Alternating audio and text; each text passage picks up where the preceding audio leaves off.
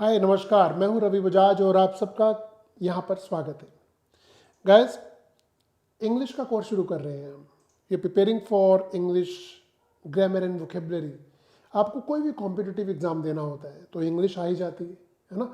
अब आप एसएससी की बात कर रहे हैं, सीजीएल की बात कर रहे हैं, yes English is there. Pre में, मेंस में, टियर 3 में भी आ जाती है ना। तो देखते हैं आप कौन से एग्जाम की प्रिपरेशन कर रहे हैं, कहाँ पर मेंस इंपॉर्टेंट होता है, कहाँ पर प्री इंपॉर्टेंट होता है। तो चलिए आज शुरुआत करते हैं अपने कोर्स की। और आज हम शुरुआत करेंगे इंग्लिश ग्रामर में टेंसेस के साथ। बट एक चीज़ आपको बता देते हैं, टेंसेस आपने खूब पढ़े होंगे, बुक्स में पढ़े होंगे, ट्यूशन्स में पढ़े होंगे, स्कूल कॉलेज में पढ़े होंगे। आज कुछ खास रहेगा आपके लिए। हमारी स्पीड बहुत स्लो रहेगी, चीज़ों को थोरोली समझेंगे, ठीक है। हिंदी से भी इंग्लिश बनाएंगे, इंग्लिश में भी इंग्लिश को सीखेंगे। तो चलिए शुरुआत करते हैं आज की क्लास की। तो कॉपी पेन तैयार रखिए अपने, कुछ नोट्स भी आपको लिखवाएंगे, ओके। और हिंदी से इंग्लिश भी बनाएंगे। ये जो कोर्स है जो आज हम शुरुआत कर रहे हैं, ये आपके लाइफ टाइम के लिए है। ये सिर्फ किसी एग्ज़ाम से जुड़ा हुआ नहीं है, लाइफ टाइम के लिए आपके साथ रहेगा, आपकी हेल्प करेगा। इसमें बहुत सारी नई चीज़ें आपके पास होंगी सीखने को, ओके। तो इसलिए आपको सुस्ती नहीं दिखानी। जो लेट के हमारी वीडियोस देख रहे हैं, मैं बोलूँगा जी बैठ जाइए। जो खड़े हुए यहाँ वहाँ घूमते हुए कर रहे हैं, मैं बोलूँगा जी बैठ जाइए और समझिए, कुछ प्रॉपर नोट्स बनाइए, बहुत मज़ा आने वाला है, ओके। तो लेट्स स्टार्ट। आज हम शुरुआत करेंगे टेंसेस के साथ, बट समझेंगे भी टेंसेस कितनी तरह के होते हैं, उसमें क्या क्या हमें पढ़ना होता है, एग्जाम में कैसे क्वेश्चन बनता है उसके ऊपर। आज हम टेंसेस पढ़ेंगे। फिर इसके बाद हम पार्ट्स ऑफ स्पीच पढ़ेंगे, जिसमें नाउन आएगा, प्रोनाउन आएगा, एडजेक्टिव आएगा, एडवर्ब आएगा, कंजंक्शन, प्रपोजिशंस, इन्फिनिटिव जीरेंट्स भी पढ़ेंगे हम, फाइनाइट्स, नॉन फाइनाइट्स भी पढ़ेंगे हम, थोरोली पढ़ेंगे। उसके बाद वॉइस एंड नरेशन को भी थोरोली पढ़ेंगे, आर्टिकल्स थोरोली हम पढ़ेंगे, जो भी हमने आपको टॉपिक बताए। और इसके अलावा कुछ ऐसे टॉपिक्स जो आपको परेशान करते हैं, आप हमें बता सकते हैं कमेंट्स करके, हम उस पर भी आपके लिए काम करेंगे, ठीक है जी। तो चलिए समय को देखते हुए हम बढ़ते हैं आगे। हमारी शुरुआत होती है इस क्लास की। और पहले तो आपको ये बता दें, पहले तो आपको हम ये बता दें कि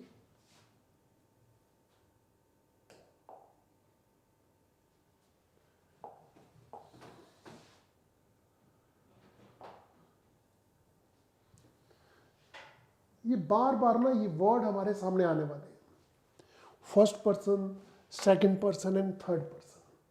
भाई हम किसी से भी बात करते हैं, है ना, जब भी हम ग्रामर की बात करेंगे तो इसमें ना टेंसेस में एक वर्ड बार बार बोला जाएगा।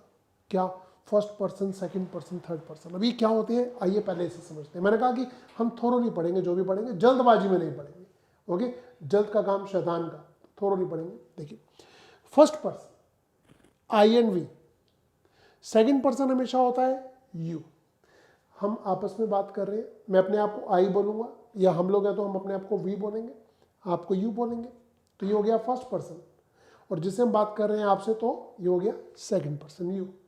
जिसकी हम बात कर रहे हैं, भाई जिसकी हम बात कर रहे हैं, या तो वो लड़का होगा या लड़की होगी, या कोई बेजान वस्तु भी हो सकती है, नॉन लिविंग थिंग, ठीक है। तो ये सब होते हैं third person. He, she, it, they, who, any name, कोई भी नाम हो सकता है, राम, श्याम, गोपाल, ये सब कौन है? Third person. जब भी हम बात करेंगे थर्ड पर्सन की, तो याद रखिएगा हमें साथ में एक वर्ड बोलना है, सिंगुलर या प्लूरल, एक वचन या बहुवचन। तो या तो वो सिंगुलर होगा या प्लूरल होगा, ओके। तो ये आप साथ के साथ बता देंगे। रूल क्या है थोड़ी देर में पढ़ेंगे, पहले इस टेबल को समझ लेते हैं। आप साफ साफ इस टेबल को अपनी नोटबुक में बनाइए, फर्स्ट पेज पर, ओके। इन सबको हमने, यानी कि अंग्रेजों ने नाम दिया सब्जेक्टिव केस। ये सब्जेक्ट्स की बात कर रहे हैं, ठीक है। कर्ता, हिंदी में कहते हैं कर्ता। कोई भी सेंटेंस जब शुरू होता है तो उसमें कोई एक्शन कर रहा होता है, जो एक्शन कर रहा होता है उसे कहते हैं सब्जेक्ट। इसका मतलब ये हुआ first person, second person, third person, ये जो हमने फर्स्ट लाइन में वर्ड्स लिखे हैं, ये सब करता है। ये सब कोई ना कोई काम की शुरुआत करेंगे, काम को करेंगे। और किस पर करेंगे? जिस पर करेंगे वो होता है ऑब्जेक्टिव केस, ऑब्जेक्ट्स।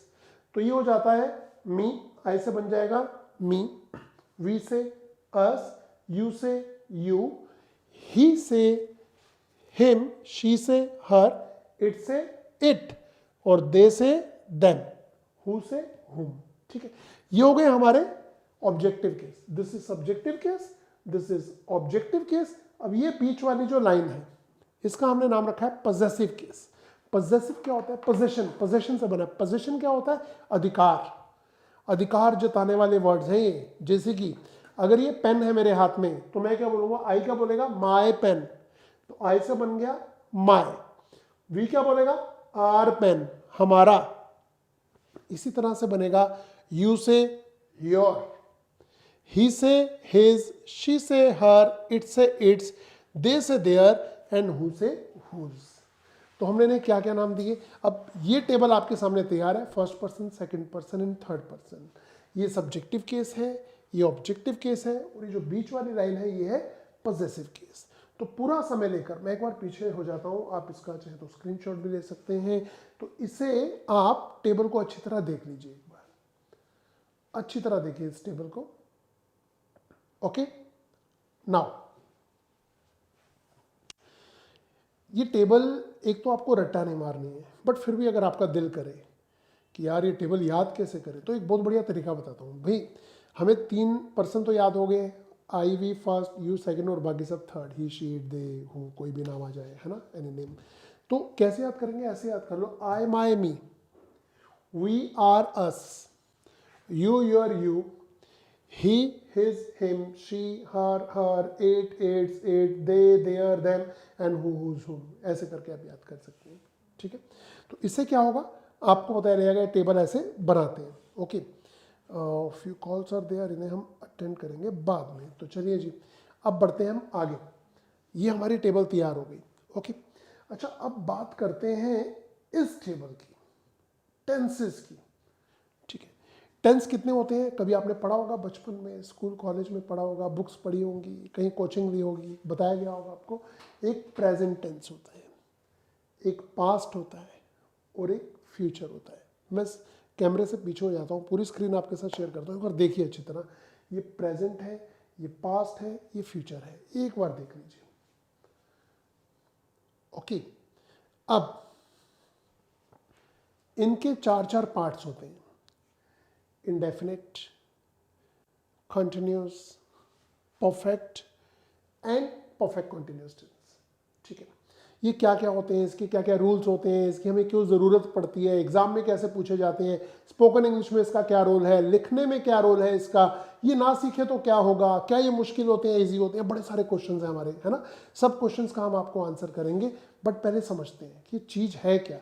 हाँ, हम एक एक करके शुरुआत करेंगे, एक दिन में एक ही चीज़ पढ़ेंगे। मतलब आज प्रेजेंट डेफिनेट पढ़ेंगे तो फिर पूरी क्लास में प्रेजेंट इंडेफिनेट को ही पढ़ने वाले हैं। ओके, और हो सकता है इसे 2-3 दिन हम इसी पे दें, क्योंकि मैं चाह रहा हूँ कि ये कोर्स करने के बाद आपको कहीं और भटकना ना पड़े। ओके, तो ध्यान दीजिएगा यहाँ पर क्या रूल है, कैसे करना है। देखिए, मैं सभी का एक ओवरव्यू देता हूँ आपको, उसके बाद जब आप इसे पढ़ेंगे तो आपको पूरा समझ भी आएगा। फाइन, जैसे कि यह है प्रेजेंट इंडेफिनिट, इसकी हिंदी में निशानी होती है ता है, ती है, ते है।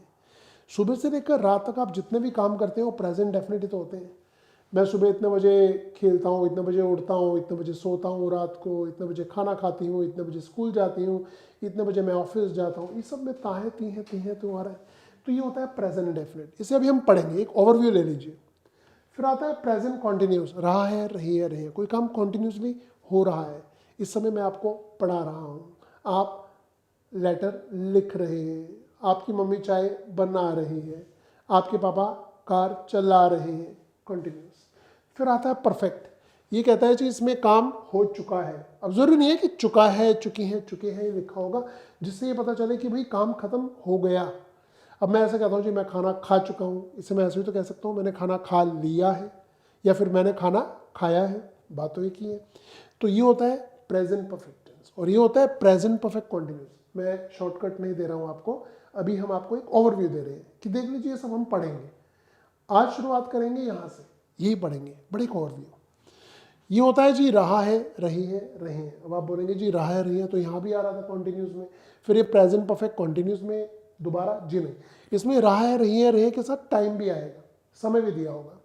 जैसे मैं आपको 2 बजे से पढ़ा रहा हूँ, वह 3 घंटे से खेल रहा है, मम्मी सुबह से खाना बना रही है, वगैरह वगैरह, है ना, से आ जाएगा समय के लिए। तो ये हो गए जी 4 प्रेजेंट के। इसी तरह से पास्ट के भी देख लीजिए। This is past indefinite, past continuous, past perfect continuous, future indefinite, future continuous, future perfect continuous. तो इन्हें थोरोली हम पढ़ेंगे, बट आज शुरुआत करते हैं हम यहाँ से प्रेजेंट इंडेफिनिट टेंस से। तो चलिए अपनी नोटबुक और पेन तैयार रखिए, और जहाँ जहाँ आपको नोट्स बनाने होंगे हम नोट्स बनाने शुरू कर देंगे, और कोई डाउट्स होगा आप बीच में पूछ भी सकते हैं कमेंट करके। ओके, तो चलिए शुरुआत करेंगे आज की क्लास की टेंसेस के साथ। और आज का हमारा सबसे पहले आता है प्रेजेंट इंडेफिनिट टेंस को आज हम पढ़ना शुरू करेंगे। शुरू तो होगा आज ही, बट खत्म नहीं होगा, क्योंकि हमने आपको प्रॉमिस किया है अभी बहुत कुछ करने का है ना। तो बहुत कुछ का मतलब है इसमें बहुत सारे छोटे मोटे दाव पेज हैं वो भी सीखेंगे, बड़े बड़े दाव पेज भी सीखेंगे। कुछ ऐसे लॉजिक्स आएंगे कि लोग कैसे गलत इंग्लिश बोल देते हैं, क्या क्या ध्यान रखना चाहिए, वो सारे हम आपकी हेल्प करेंगे। ओके, तो ये प्रेजेंट इंडेफिनिट टेंस जिसकी हिंदी में निशानी है ता है, ती है, ते है। और जब हमें इसकी इंग्लिश बनानी होगी तो क्या करेंगे, हम यूज करेंगे first form of the verb. Go, went, gone forms होती हैं, सुनी होगी आपने, है ना। तो first form of the verb, और ये उसके कीवर्ड्स हैं। कीवर्ड्स मैं थोड़ी देर बाद बताने वाला हूँ आपको ये क्या है, अभी आपको नहीं, थोड़ी देर में समझ आएगा।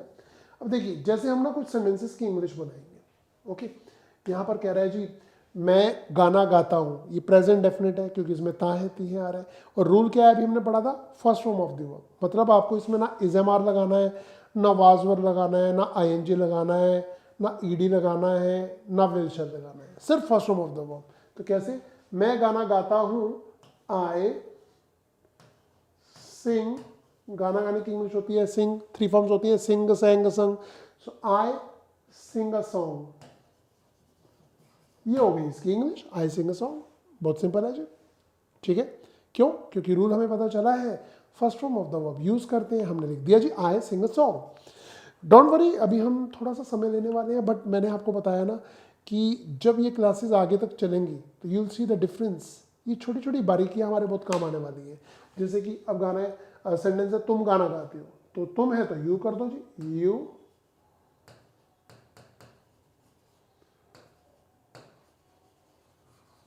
सिंग अ सॉन्ग, तुम गाना गाते हो।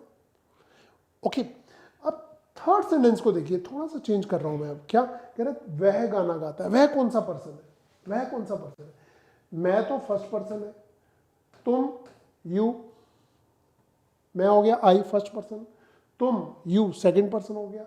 वह गाना गाता है, वह कौन सा पर्सन है, थर्ड पर्सन। आपको याद होगा अभी मैंने क्या कहा था, जब आप थर्ड पर्सन की बात करते हैं तो साथ में आपको बताना है कि वो सिंगुलर है या प्लूरल है, एक वचन है या बहुवचन है। अब वह तो थर्ड पर्सन है और वो भी अकेला, तो यानी कि सिंगुलर हुआ। तो यहाँ थोड़ा सा रूल चेंज हो जाता है। क्या देखेंगे, यहाँ पर कह रहा है, रूल को देखेंगे जी, रूल कह रहा है फर्स्ट फॉर्म के साथ एस या एस लगा दो, जो भी अच्छा लगे, एस या एस लगा दो जो फिट बैठे, विद थर्ड पर्सन सिंगुलर। अगर थर्ड पर्सन सिंगुलर यानी कि अकेला आ जाए, आया समझ। जैसे कि अभी हमने क्या लिखा, वह गाना गाता है, तो हम क्या करेंगे, ही सिंग किया ना, यहां भी सिंग किया था, यहां भी सिंग, बट यहां क्या करेंगे, वह आ गया। तो ऐसा समझ रहे हो, जो थर्ड पर्सन होता है ना बेचारा गरीब होता है, और इसे सब्सिडी का एस या बोनस का एस हम फालतू दे देते हैं जब तक ये अकेला है। सो ही सिंग्स कर देंगे, ही सिंग्स अ सॉन्ग, ऐसा कर दो, बस सेंटेंस हो गया आपका। क्या समझे, हमने एस यहां नहीं लगाया, यहां नहीं लगाया। यहां क्यों लगाया, क्योंकि यहां बात हो रही है थर्ड पर्सन और वो भी अकेले की। ओके, अब एक और सेंटेंस देख लेते हैं, जैसे कि राजू गाना गाता है, तो कैसे करेंगे जी, राजू गाना गाता है। राजू कौन सा पर्सन है, थर्ड पर्सन है, वह कोई नाम है ना, तो कैसे करेंगे, राजू सिंग, साथ में एस लगा दो तो sings a song. Raju sings a song, Raju गाना गाता है, सेंटेंस हो गया। बट बात अभी खत्म नहीं हुई है, इन सबको नोट करिए एक बार। मैं पूरा टाइम ले रहा हूँ आपके साथ, आप हिंदी भी लिखिए, इंग्लिश भी लिखिए, थोरोली लिखिए, इन्हें नोट करिए, फिर हम बढ़ रहे हैं आगे। ओके, तो मैं गाना गाता हूँ, आई सिंग अ सॉन्ग, तुम गाना गाते हो, यू सिंग अ सॉन्ग, वह गाना गाता है, he sings a song, Raju गाना गाता है, राजू सिंग्स अ सॉन्ग। बताइए जी, कोई डाउट है किसी को, कुछ पूछना है, कोई डाउट दिमाग में आ रहा हो, कैसे बना, क्या बना, वगैरह वगैरह आप पूछ सकते हैं। ओके, चलिए नाउ वी प्रोसीड, आगे बढ़ सकते हैं मुझे लगता है। ओके, तो ये हम कर देते हैं अब रन, क्योंकि हमें जाना है अब आगे। तो now this is the question number, sentence number 5। ये देखिए, अब इस सेंटेंस में क्या कर रहा है, रोहन और सोहन गाना गाते हैं। अभी आप ये पता लगाइए रोहन और सोहन कौन से पर्सन है, फर्स्ट पर्सन है, सेकंड है, थर्ड है। तो आई तो नहीं है, फर्स्ट पर्सन तो नहीं है, यू भी नहीं है, सेकंड, तो ये थर्ड पर्सन है। अब क्योंकि ये दो है, रोहन और सोहन, तो ये थर्ड पर्सन प्लूरल है, याद रखिएगा। जब थर्ड पर्सन प्लूरल आता है ना, तब फॉर्म के साथ एसोरियस नहीं लगाना। एसोरियस कब लगाते हैं, जब थर्ड पर्सन अकेला सिंगुलर आए, तो यहाँ नहीं लगेगा। जैसे रोहन और सोहन गाना गाते हैं, तो कैसे बनेगा जी, रोहन एंड सोहन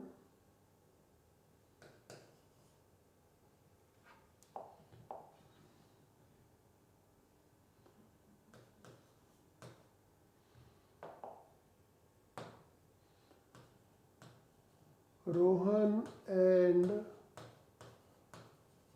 सोहन क्या बोलते हैं, सिंग करें या सिंग्स करें। Rohan and Sohan sing a song, क्या बोलते हैं, सिंग करें या सिंग्स करें। देखिए रोहन एंड सोहन दो लोग हैं, थर्ड पर्सन है, प्लूरल है, सब्सिडी का एस मत देना। सब्सिडी का एस किसे देते हैं, गरीब और कमजोर समझ के, अकेले को। तो यहाँ पर हम सिंग्स को क्लोज करके इसे करेक्ट करेंगे, सिंग अ सॉन्ग आएगा।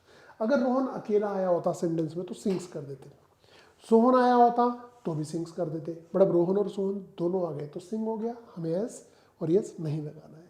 जैसे कि वे गाना गाते हैं, अब वे कौन सा पर्सन है बताओ, कौन सा पर्सन है, दे, थर्ड पर्सन प्लूरल, प्लूरल में तो एस और यस नहीं लगाना होता, तो क्या करेंगे, they sing a song, the sing a song, sentence बन गया हमारा। ठीक है, इन्हें अच्छी तरह देखिए, अभी बहुत सारे सेंटेंसेस की हमें प्रैक्टिस करनी है, बड़ी शुरुआत है, ये बेस है। और जब बेस होता है तो हमें थोरोली समझना भी चाहिए कि क्या दिक्कत आई, कोई दिक्कत आई तो हमसे डिस्कस करिए इस चीज़ को। ओके, अब हम इसे बढ़ाते हैं थोड़ा सा आगे। देखिए अब इन सब के हम नेगेटिव बनाएंगे। नेगेटिव समझ रहे हैं, मैं नहीं गाना गाता, तुम गाना नहीं गाते, वह गाना नहीं गाता, राजू गाना नहीं गाता, सबके नेगेटिव बनाएंगे। बट रूल देखिए क्या है, रूल ये है, फर्स्ट स्लाइड पे हमने देखा था, रूल ये है कि इंग्लिश में ना नोट कभी भी अकेले नहीं लगता, हर टेंस के अपने हेल्पिंग वर्ब्स होते हैं। हम कर रहे हैं आज प्रेजेंट डेफिनेट, प्रेजेंट डेफिनेट के हेल्पिंग वर्ब है डू एंड डज, साथ में नोट लग जाएगा और फिर फर्स्ट फॉर्म तो आनी आनी है। अब ये मुद्दा है कि डू कहाँ लगेगा और डज कहाँ लगेगा। देखिए सभी के साथ डू लगेगा। कौन कौन सा पर्सन होते हैं, फिर देखिए एक बार, कौन कौन से पर्सन होते हैं, फर्स्ट पर्सन डू लगेगा, वी के साथ भी डू लगेगा, यू के साथ भी डू लगेगा। मगर ये जो थर्ड पर्सन है ना, अकेला बेचारा जिसमें सब्सिडी का एस दिया था, है ना, वो अगर आ जाए, जैसे ही आ गया, शी आ गया, इट आ गया, कोई नाम आ गया, तो डू के साथ हम ई एस भी लगा देंगे तो डज बन जाएगा। क्या, डू के साथ अगर हम ई एस लगाएंगे तो डज बन जाएगा, तो इनके साथ लगेगा डज, थर्ड पर्सन सिंगुलर के साथ। बट थर्ड पर्सन जब प्लूरल हो जाए, जैसे कि दे, तो फिर डज नहीं लगेगा, फिर डू लगेगा, क्योंकि हम उसमें ई एस नहीं लगाएंगे। ओके, कुछ प्रैक्टिस करते हैं तभी क्लैरिटी बढ़ेगी। जैसे कि कुछ सेंटेंसेस की प्रैक्टिस करेंगे, हमें आइडिया आ जाएगा कि कैसे बनाना है। जैसे कि अब देखिए ये सब नेगेटिव सेंटेंसेस हैं, हमें इनकी इंग्लिश बनानी है। फाइन, मैं गाना नहीं गाता हूँ, आई के साथ क्या लगेगा, डू या does, do. So I do not, first form ही आएगी sing a song, I do not sing a song. आपको पता है डू नॉट को शॉर्ट में डोंट भी बोल देते हैं, तो आप डू नॉट बोलो या डोंट बोलो, बात एक ही है, ऐसे लिख सकते हैं उसे, बात एक ही है, शॉर्ट में डोंट बोल देते हैं। डज नॉट को डजंट बोल देते हैं, इज नॉट को इजंट बोल देते हैं, ठीक है ना। वैसे ही विल नॉट को वॉन्ट बोल देते हैं, ठीक है। ऐसे ही हैव नॉट को हैवंट बोल देते हैं, हैज़ नॉट को हैजेंट बोल देते हैं, कैन नॉट को कांट बोल देते हैं, वगैरह वगैरह। कुड नॉट को कुडंट बोल देते हैं। तुम गाना नहीं गाते हो, इसकी इंग्लिश क्या बनाए जी? You don't sing a song. एक चीज आपको याद दिला देता हूं, आपको गलतफहमी ना हो इसलिए बता रहा हूं कि जो सिंग है ना, इसमें एस और एस मत लगा देना जब आप नेगेटिव सेंटेंसेस बनाए। वो जब हम सिंपल अफर्मेटिव बना रहे थे ना, तो ऐसा करते हैं कि एस और एस लगाना नहीं लगाना, ध्यान रखना है। बट जब डू डज आ गया, डू आए या डज आए, आपको इसके साथ एस और एस नहीं लगाना, फिर तो सिर्फ फर्स्ट फॉर्म ही लगानी है आपको। ओके, चलिए बढ़ेंगे हम आगे। फॉर एग्जाम्पल, वह गाना नहीं गाता है, ही, अब ही के साथ तो डज लगेगा, ही थर्ड पर्सन है, वो भी सिंगुलर है, तो he does not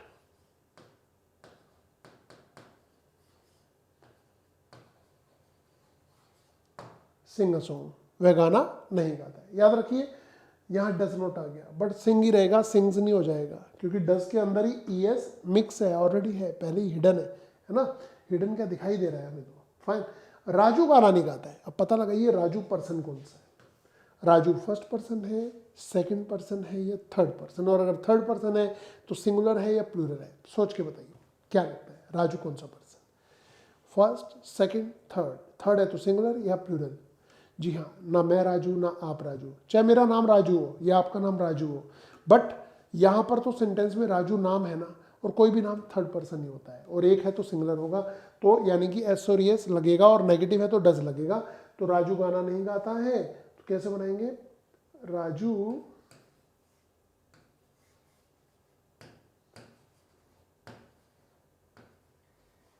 does not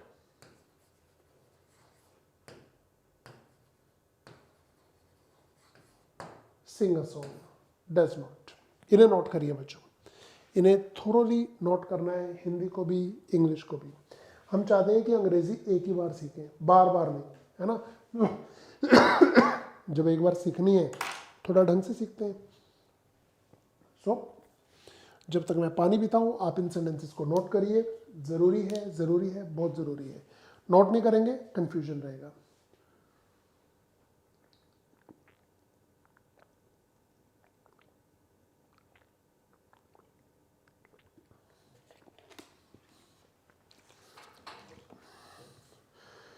आशा करते हैं आप नोट कर रहे हैं साथ साथ, है ना। तो चलिए बढ़े आगे। अब देखिए जी,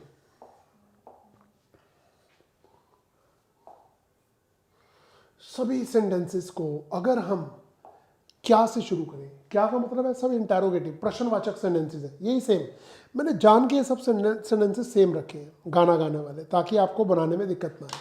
जैसे कि मैं कह रहा हूँ क्या मैं गाना गाता हूँ, है ना, सब सेंटेंसेस में क्या लग गया, क्या क्या क्या, तो इस क्या को थोड़ी देर के लिए भूल जाते हैं। अब इस सेंटेंस की इंग्लिश बनाते हैं, मैं गाना गाता हूँ, अभी बनाई तो थी हमने, पहला सेंटेंस आज का यही था, क्या था? आई सिंग अ सॉन्ग, मैं गाना गाता हूँ, ठीक है। हमने क्या देखा, मैं गाना गाता हूँ, आई सिंग अ सॉन्ग। अब मैंने हाथ हटाया, देखा यहाँ लिखा है क्या। भाई क्या की इंग्लिश तो वट होती है, बचपन से ही पता है क्या मीन्स वट होता है, बट हमें यहाँ पर वट नहीं लगाना। क्यों? जब किसी सेंटेंस के शुरू में क्या लगा हो तो उसका मतलब होता क्या है? उसका मतलब होता है कि मुझे आंसर में बताओ हाँ या ना। तो इसका आंसर क्या होगा? क्या मैं गाना गाता हूँ, या हाँ होगा या ना होगा। हाँ मैं गाता हूँ, नहीं मैं नहीं गाता। तो इसकी इंग्लिश बनाते समय हमें वट नहीं लगाना, हमें पुश उसका हेल्पिंग वर्ब है वो बाहर लगा देना है। जैसे हमने इसकी इंग्लिश बनाई, मैं गाना गाता हूँ, आई सिंग अ सॉन्ग। अब हमें क्या के लिए क्या करना है, यहाँ पर या डू लगाओ या डज लगाओ। बताओ जी आई के साथ क्या यूज होगा, डू या डज? आई के साथ तो यूज होता है डू, तो यहाँ लिख दो डू, और यहाँ क्वेश्चन मार्क लगा दो। Do I sing a song, क्या मैं गाना गाता हूँ। डज क्यों नहीं लगाया? डज लगता है थर्ड पर्सन सिंगुलर के साथ, है ना, तो यहाँ पर तो फर्स्ट पर्सन है। अब जैसे कि सेंटेंस को देखते हैं, क्या तुम गाना गाते हो, इस क्या को छोड़ दो, बाकी बनाओ जी, तुम गाना गाते हो, यू सिंग अ सॉन्ग। अब यू से पहले क्या आएगा, डू या डज? डू ही आएगा, तो हम क्या करेंगे, do you sing a song, क्या आप गाना गाते हैं, हमारा सेंटेंस बन गया। देखिए साथ साथ लिखते रहिए। अब एक और सेंटेंस देखिए, कह रहा है जी क्या वह गाना गाता है, क्या वह गाना गाता है। तो क्या को छोड़ देते हैं, हम क्या बनाएंगे, ध्यान से देखना, he sings a song, question mark भी लगा ही देते हैं, लगाना है बाद में हमें। अब क्या के लिए क्या करें, ही के साथ क्या आता है, डू या डज। भाई ही के साथ तो डज आता है, थर्ड पर्सन सिंगुलर है ना, हमने यहाँ लगा दिया डज। बट जब डज आएगा, याद रखिए बच्चों, फिर सिंग का एस हट जाएगा, तो does he Singh a song होगा। सिंग दोनों बार ऐसे नहीं आ सकता कि यहाँ भी एस लगा दिया यहाँ भी एस लगा दिया, ऐसा पॉसिबल नहीं है, तो हम एक ही बार लगाएंगे, does he Singh a song. अब जैसे कह रहे हैं क्या राजू गाना गाता है, राजू गाना गाता है, पहले हम इसकी इंग्लिश बना देते हैं, कैसे जी, राजू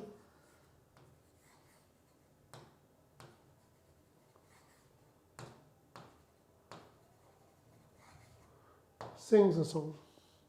अब क्या करें, राजू एक थर्ड पर्सन सिंगुलर है, तो यहाँ पर क्या करेंगे जी, डज करेंगे। बट क्या ये सेंटेंस सही है, बताओ क्या ये सेंटेंस सही है। मुझे इसमें दो गड़बड़ लग रही है, दो। अब ये दो गड़बड़ क्या है, जरा सोच के बताएं, क्या गड़बड़ हो सकती है, बता दें बता दें बता दें। आप सोच रहे हैं एक लग रही है, दूसरी करें, है ना, बता दें। देखो एक तो डज राजू सिंग्स का एस हट जाएगा क्योंकि डज ही आ गया ना, so does Raju sing a song. दूसरा क्वेश्चन मार्क भी तो आएगा, क्वेश्चन मार्क भी तो आना चाहिए। तो ये दो दिक्कतें थी इस सेंटेंस में। तो आपने क्या सीखा आज, आपने सीखा कि कोई भी सिंपल सेंटेंस जब प्रेजेंट डेफिनेट टेंस में बनाना होता है तो हम first form of the verb की बात करते हैं। जब उसमें थर्ड पर्सन अकेला आ जाए तो एस और एस लग जाता है। जब उसका नेगेटिव बनाना पड़ता है तो डू या डज लगा देते हैं। और जब उसे क्या से शुरू कर रहे होते हैं तो हम उसका डू या डज यानी कि हेल्पिंग वर्ब उसके बाहर लगा देते हैं। बट याद रखिए डू डज जब आता है तो उसके साथ फर्स्ट फॉर्म के साथ एस और एस नहीं लगता, क्योंकि वो डू डज के अंदर ही है वो एस और एस। ठीक है, तो इस तरीके से आपका सेंटेंस हो जाता है एकदम तैयार। क्या बोलते हैं, इतना समझ आया आपको। हम शॉर्टकट में नहीं, थोरोली पे विश्वास रखते हैं, थोरोली सीखेंगे, पूरा डिटेल में पढ़ेंगे, बहुत मज़ा आने वाला है। बट एकदम टाइट हो जाइए, एक्टिव हो जाइए और थोरोली पढ़िए, नोट्स बनाइए प्रॉपर। चलिए आगे चलते हैं।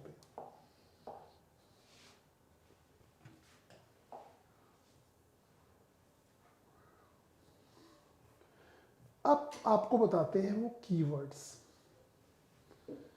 ये कीवर्ड्स, ये है प्रेजेंट इंडेफिनिट टेंस के कीवर्ड्स। ये क्या होते हैं, देखिए ये वो वर्ड्स हैं जब ये आ जाए तो आप इन्हें, वो जो सेंटेंस दिया होता है हिंदी का, आप उसे कॉन्टिन्यूस या परफेक्ट टेंस में नहीं बना सकते, आपको उसे प्रेजेंट डेफिनेट में बनाना होगा। आइए समझते हैं इनके हिंदी मीनिंग, हम आपको बता देते हैं।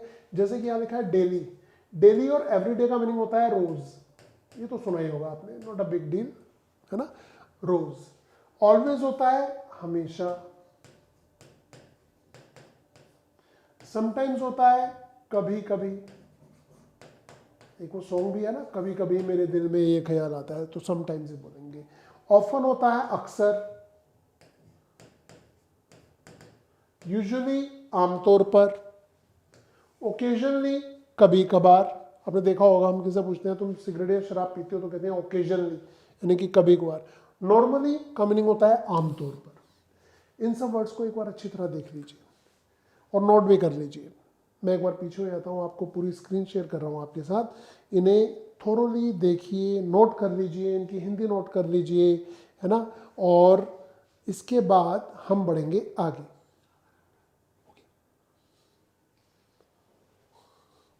ठीक है, तो इन वर्ड्स को हम डिस्कस करने वाले हैं अगली क्लास में। पता है क्यों, क्योंकि इन्हें सेंटेंसेस में कैसे यूज़ करना है हम आपको ये भी बताएंगे। हर क्लास को थोड़ा थोड़ा पढ़ेंगे हम उसमें, बट डिटेल में, जैसा मैंने शुरू में बताया। और इससे आगे हम अपनी क्लास को बढ़ाएंगे अगली क्लास में कल।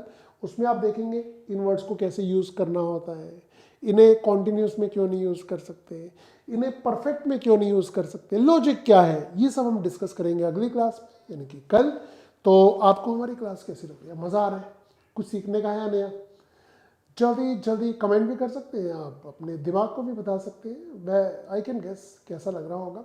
मिलते हैं कल अगली क्लास में, इसी से आगे बढ़ाएंगे। रोज़ आइएगा। Okay, bye bye, take care.